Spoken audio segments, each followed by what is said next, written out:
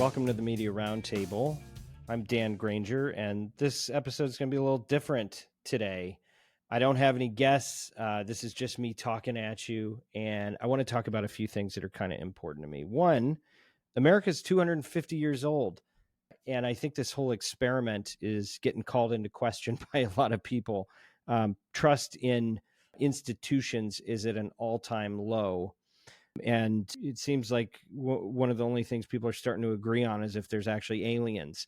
But in reality, it's February 2026, and this is actually a watershed moment for civilization.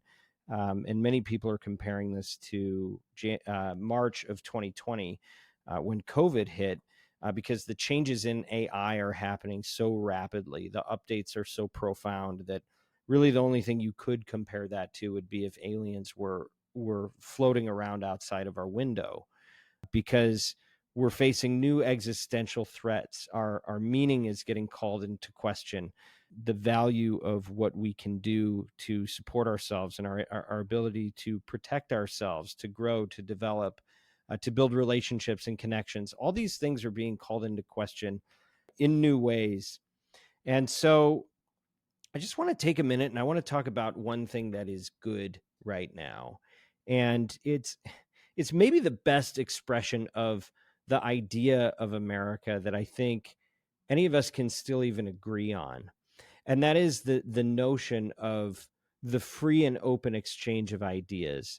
The idea, what we signed up for, that there's meritocracy, that anyone can speak their mind, can do their best, and can get ahead. Yeah, I'm really not trying to get political, and I don't really care where you fall on the spectrum, but I just think that the idea is something that is worth preserving, and it is nowhere better preserved than in this medium that we come on this show and we have all these meetings about.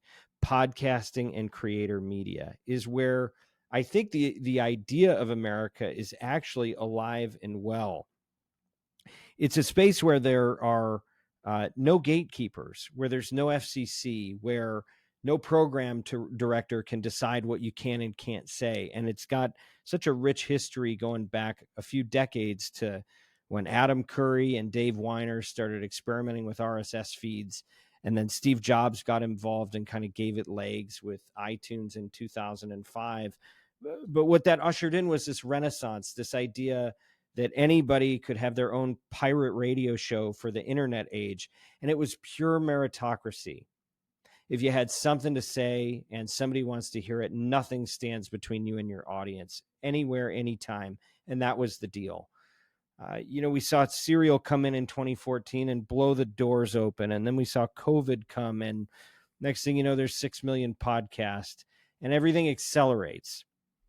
And it really became mainstream. It went from kind of being this niche kind of hobbyist thing for geeks and gamers and comedians, and the institutional money started to follow. It became a big billion-dollar business, now a multi-billion-dollar business. And that's when you started seeing real consolidation. But with consolidation, there's a lot that changes. Platforms start locking creators into exclusive deals. They have expectations. Programmatic starts to replace live reads. You start seeing, as many as 20 minutes of ads in an hour, sort of like radio, the thing that we tried to leave behind. There's a lot more influence over programming than there was when the medium first started. And for those of us that actually left the radio medium, like me, who left it for a reason, I think there's a part of this industry that we really want to hang on to, that spirit of independence. And, on America's 250th birthday, the most American thing happening right now in media is independent podcasting and creator media, where it is long form conversation, not just clickbait, but where people can really unpack complex ideas and tell stories and build bonds and build bridges and understand things and people better than you can in just a kind of clip-filled world. So the question becomes, what do we want to do about it? And I want to talk to you a little bit about independence. We work with thousands of creators, whether they're podcasters or radio hosts or YouTubers, as some people still identify. We work with hundreds of publishers and networks, and some of them are large corporate conglomerates. And you know what? We have great relationships there. If you're a brand, you need to work with these companies. You cannot sidestep them. They're too important in the ecosystem. And, far be it for me to say that anyone should be penalized for their success and growing and achieving scale and efficiency. But, this medium is really built on the independents, the ones that didn't have that backing, because those are the ones that really move audiences more pound for pound, building trust and driving real business outcomes. And if you look at the top shows, and I'll just keep talking about podcasting because it's really the center of all this, whether it's a Joe Rogan or an Ashley Flowers or whoever you want to think of, they probably started out independent. Most of them get to a certain point and they take a check, they get a guarantee. And why shouldn't they expand their empire? But sometimes there are folks like a Tim Ferriss who continue to function without signing up with the big conglomerates, with the big partners, with the big networks. Stephen Bartlett, for example, of Diary of a CEO, turned down famously a 9-figure network deal because he wanted to own his own work and not be encumbered by the machine that ends up eating most of media. These are people that bet on themselves and they put more skin in the game than anybody else. When we work with them in advertising, they're usually the first ones to get on onboarding calls, to not restrict their ad length, and not to cap how long their ads are going to be, because they care. They are most likely to cap how many ad minutes they'll run per hour because they care so much about the listener. They're always the first ones to show up at events and to make time to meet the brands that support them because they're singing for their supper, and this is their supper. Compare that to the network model. Talent, when they already get their check, you can have, and we've seen this, a Pepsi ad followed by a Coke ad, literally with zero separation because nobody's paying attention. It becomes a big corporate bureaucracy that gets harder and harder to hold on to what made it special to begin with. And that's not to say that all of them are bad or that that's happening everywhere, but it's a lot more likely. And when you aren't independent, something is lost. And this is a beautiful medium that people with some of the largest corporations in the world will make wonderful content in. But I think it's just important that we pause and pay attention to those that are in the struggle by themselves and living without a net and creating independent content. When we look at our orbit rankings, if you follow us, you know that on a monthly basis now, we have the Oxford Road Benchmark Intelligence Tool. We take $1.6 billion of campaign data, and we rank shows based on different cuts of data, whether it's, whether it's a comedy show or self-improvement show, or we'll give you different slices every month. And we rank it based on which show drives the best ROI for an advertiser. The independents always win. And I say that as a thematically, not without exception, but the independents generally drive better value. And, it's the difference between a local restaurant where the owner is cooking the food versus hitting a drive-through. Both feed you, but one changes the way that you think about the meal. So why am I talking about all this, and how did we go from aliens in America's birthday after a quarter millennia to here? I have an announcement to make, and that is that we are beginning a new institution in this industry.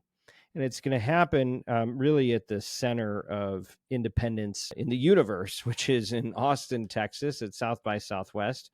We are launching the first ever independent podcast and creator awards. We're calling it Indie PaC, and it is presented by Oxford Road. We are supported by Libsyn, who is helping make all of this possible. And as I always love to tell people about Libsyn, that name comes from liberated syndication. Libsyn's been the backbone of independent podcasting for somewhere around 2 decades and has been a founding partner in this effort and a lot of the work that we do.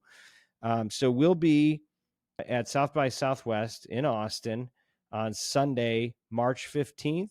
Right now, we're blocking out 4:30 to 7 p.m. We'll be at the Skybox on 6th. Capacity is limited. And we have a very compelling MC signed on to join us. And what a voice of independence. We have Killer Mike, who is actually going to be our MC for the evening, if you can believe that. There's going to be a lot of big names there and people that you've heard of, people that you haven't. And it's an important opportunity for us to celebrate those that, listen, like I said, we love where they graduate to. We love the big partners, the iHearts, the Sirius, the Spotifys, all great partners, all critical for the ecosystem, but this is not their moment. This is the moment for the people that are still doing it on their own in the independence capital of the world right now. And so this is the only and first ever ceremony exclusively for the independent creators. And you can learn a little bit online if you go to indiepac.com, but you'll see some of the criteria. These are not corporate shows, they're not celebrity vehicles, and they're not platform exclusives.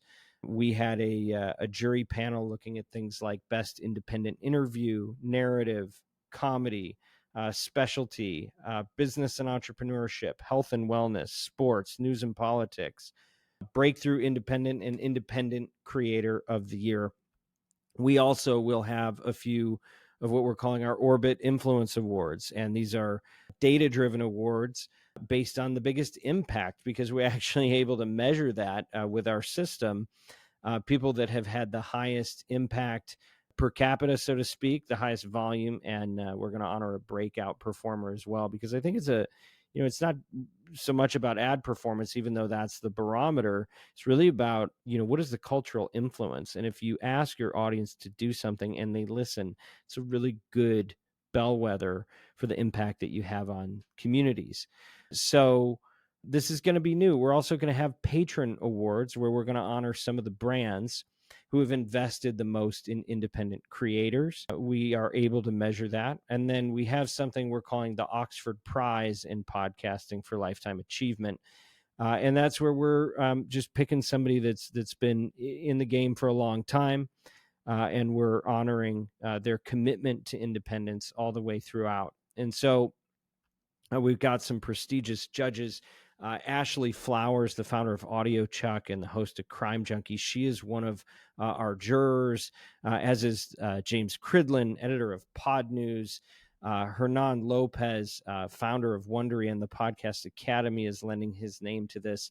Gladwell Mwangi, who is with Whole Foods to provide a brand perspective. And we've got nominees that you've heard of. Like I said, folks like Stephen Bartlett, Theo Vaughn, Lex Friedman, Tim Ferriss, Sean Ryan, Pardon My Take, Kill Tony, Ben Shapiro. We've got dozens more of nominees. Some of them will be with us that night. And what excites me even more is some of the breakthrough nominees, people that you may or may not be as familiar with. Kendall Ray, Creepcast, John Boy, Dr. Insanity, the Telepathy Tapes, Halataha, and creators building real audiences from nothing that deserve to be recognized. So, I'll be candid with you. I'm a true believer and a private equity backed, as of the last couple of years, CEO with a vested interest in this industry. And I really believe that, as Oxford Road is the world's largest agency in this industry, that there is nothing more important than independence. Specialists beat generalists, and that's part of our value as an agency and something we have to continually prove to the market, that the people that pay attention to this craft actually drive more value and more impact for brands than anybody else that's a generalist that doesn't specialize. This is a big part of our secret sauce. And what's interesting is when you compare Oxford Road, the largest specialist advertising agency in the world, to any holding company or generalist shop, you will see that we will win 10 times out of 10 And one of the secret weapons that we have is that we work with independents, because the largest agencies in the world just don't have the time or the infrastructure or the wherewithal to even know who to call to be talking to people that may not be Joe Rogan today, but they may be the next Joe Rogan. And that's a big part of the work that we do. It's important for our well-being and our livelihood, and it's important for the livelihood of the people that are out there every day, either refusing or just haven't had an offer yet to have anybody back them, but they continue to do this. So this goes beyond business, and I've been in this space since 2003 when I worked in radio, and I watched the medium get built by people that had something to say and refused to wait for permission. And I don't want to watch that get swallowed up by the same machinery that we escaped from. So this is year one. It's going to be a little gritty. There's a lot we're going to figure out that we'll probably do different in year two, but it's going to be fun. It's going to be interesting. And I think it's going to be important. And so if you're here, you're going to be a part of that story. The independent creators tore down the gates and proved that you don't need a network or a studio or anybody's permission to build an audience that trusts you. And in a year when it feels like the American experiment is fraying at the edges, this is where it's working. This is the new town square. This is the meritocracy we were all promised. And that's what we're here to celebrate. So if you're in Austin for South by Southwest, make sure you come on Sunday, March 15th at the Sounds Profitable stage at Skybox on the 6th at 4:30 p.m. local time. Space is limited. Register early. You can go to Indie PaC. That's INDIEPAC for podcasting creator.com. That's indiepac.com to see all the nominees, the categories, the judges. Try to tell you everything, even about how we, calculate what qualifies as independent. And if you can't be there in person, support the cause. Share this with a creator you believe in and tag a nominee. Help us make noise for the people that earned it. This is the anti-corporate awards show, and everything independent, all the way down to handmade trophies by an independent artisan. We're really trying to make this feel homemade because that's the point. So join us. And don't forget, this podcast is brought to you by Oxford Road, where we want you to succeed in podcasting, audio, and creator media, and to use your influence for good. By members of this community, we have the power to advance voices that don't just entertain, but edify, and to build bridges across differences, and provide fair-minded discussion around the most important topics of our age. If you're a marketer and you want to align your brand values with extraordinary business outcomes, go to oxfordroad.com. Don't forget to subscribe to our newsletter. It's called The Influencer. And you can always contact us, info@mediaroundtable.com. Special thanks to Haley, Bianca, Rocio, Kyle, Ezra, Everett, Neil, and the team at Podcast One. As always, influence responsibly.